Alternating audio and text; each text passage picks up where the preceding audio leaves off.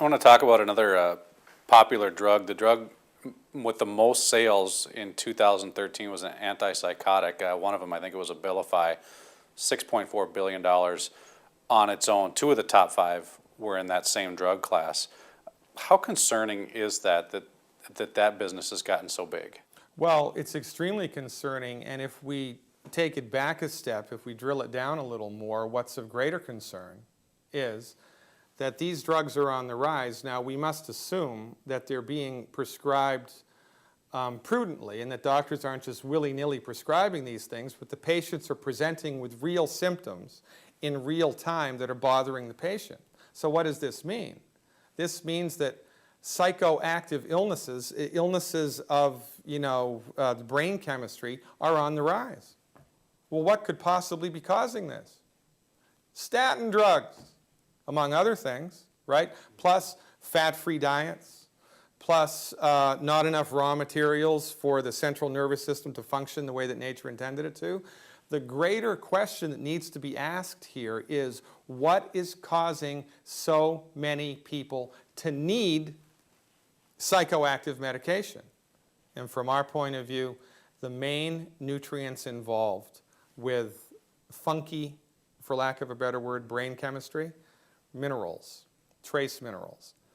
There are 90 essential nutrients that the human body needs to function optimally, 90. 60 minerals, 16 vitamins, 12 amino acids, and 2 essential fatty acids.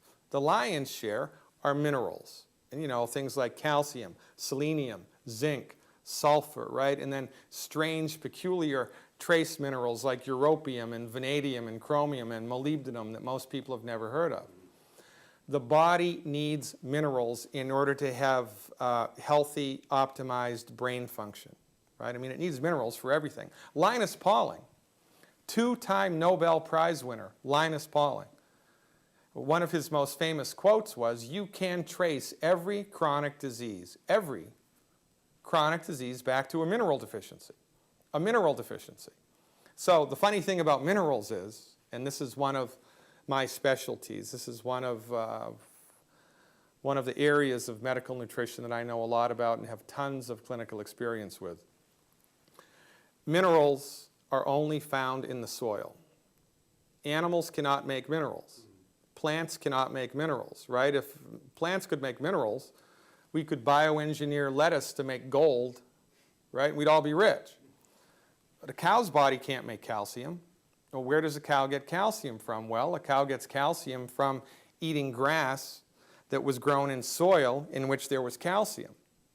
Now, if there's no calcium in the soil, or 10% of what should be there, there's going to be no calcium in the cow's body, or only 10%, and so forth and so on. It all goes back to the soil. Because the soil is minerally deficient, our bodies are minerally deficient. And this is getting bigger and bigger and bigger and bigger and bigger and bigger and bigger because of two things. Number one, modern agricultural methods have removed the bacteria that are in the soil. The bacteria that are in the soil digest the minerals that are in the soil, and then the plants suck up the digested minerals, and then we eat the plant, right? Okay. So because of modern agricultural methods with pesticide use, extreme pesticide use, the soils, the bacteria that live in the soils are being killed, so even if the minerals are in the soil, which they're not, the bacteria aren't present to digest them, and the plant is going to be minerally deficient. If the plant is minerally deficient, guess what? The farmer eats, the plant is weak. So the farmer needs to use more pesticides to put on the plant to keep the bugs from eating it, because they don't want to lose the crop. So it's a vicious circle. It leads to more and more and more and more and more and more pesticide use, and weaker and weaker and weaker and weaker food. Now, also, when you harvest nutritionally deficient plants, they taste like crap. So what does the food industry have to do to get you to eat them? Put sugar in with the food. This is one of the reasons why sugar consumption has gone up, I don't know, like 800%. It's crazy how much sugar we eat here. And it's not because of the sugar industry is out to destroy humanity. It's because the food tastes like crap. Why does the food taste like crap? Because it's grown in minerally deficient soil, period. So everybody's bodies are becoming more and more and more and more minerally deficient as we go further and further in time. Now, when you combine bad farming processes, which are snowballing into extreme mineral deficiencies, with one other thing, people's bodies get mineral deficiencies accelerate to a tremendous degree. Whole grains. Wheat, barley, rye, and oats contain gluten. Gluten is a protein.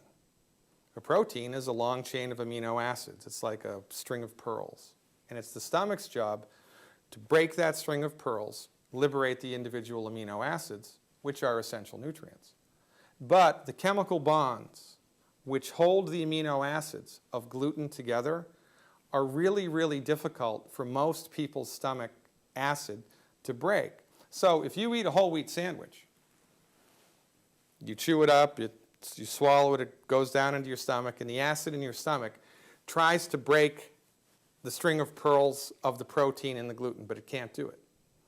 So now, instead of individual amino acids tumbling through the small intestine, which is the next stage of digestion, you get these big, complicated architectural strings of proteins, undigested protein. Now, your small intestine's job is to absorb the nutrients that your stomach has just turned into liquid into the bloodstream.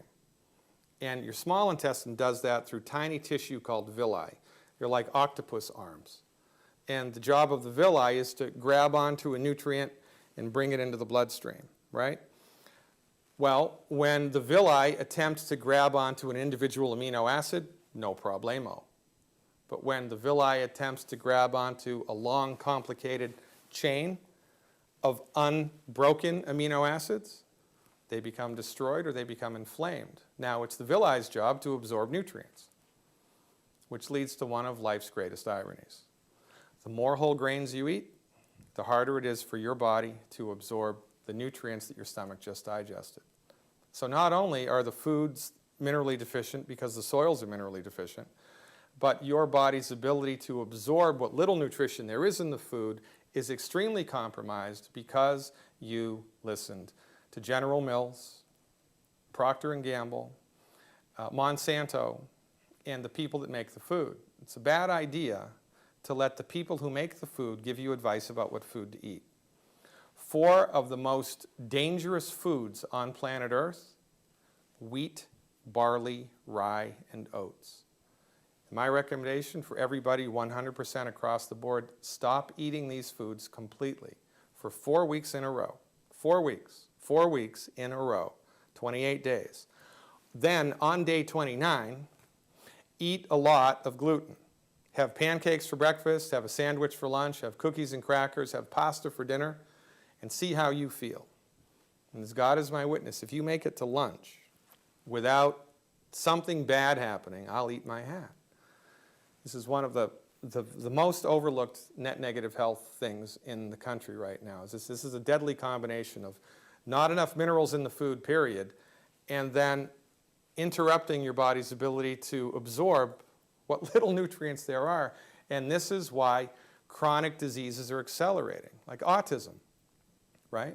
We believe autism is caused by bad nutrition in the blood of the pregnant mother. As the fetus is developing, it needs raw materials to make a brain, make a heart, make a liver, make a kidney. You can't make that out of pixie dust and air. The body needs 90 essential nutrients, 60 minerals, 16 vitamins, 12 amino acids, 2 essential fatty acids. But they're not in the blood of the mother because she's eating whole wheat cereal and skim milk and margarine and is avoiding salt like the plague. So from the proper perspective, with all of the data points, it all starts to make sense. But because the MDs are trained in an old-fashioned, outdated, archaic, dangerous understanding of the human body, they completely miss all of the most important things. So their job, again, is not to fix the problem. You can't fix a nutrient deficiency disease with a drug. You can manage it which is better than suffering from the disease, I guess. But it's better, don't you think, especially in the United States of America, to try to get to the root cause of what's causing the problem and fix it? And that's what we do. That's what the naturopathic profession does. And on my website, I have a membership site on my website. I have over 100 hours of archived health webinars that people can have access to as a member of my website that talks all about this stuff at length. You know, there's one of the most famous Old Testament sayings, my people are destroyed by lack of knowledge. Well, simple things that people can learn can make all the difference in their lives. And you know, that's why I have a radio show.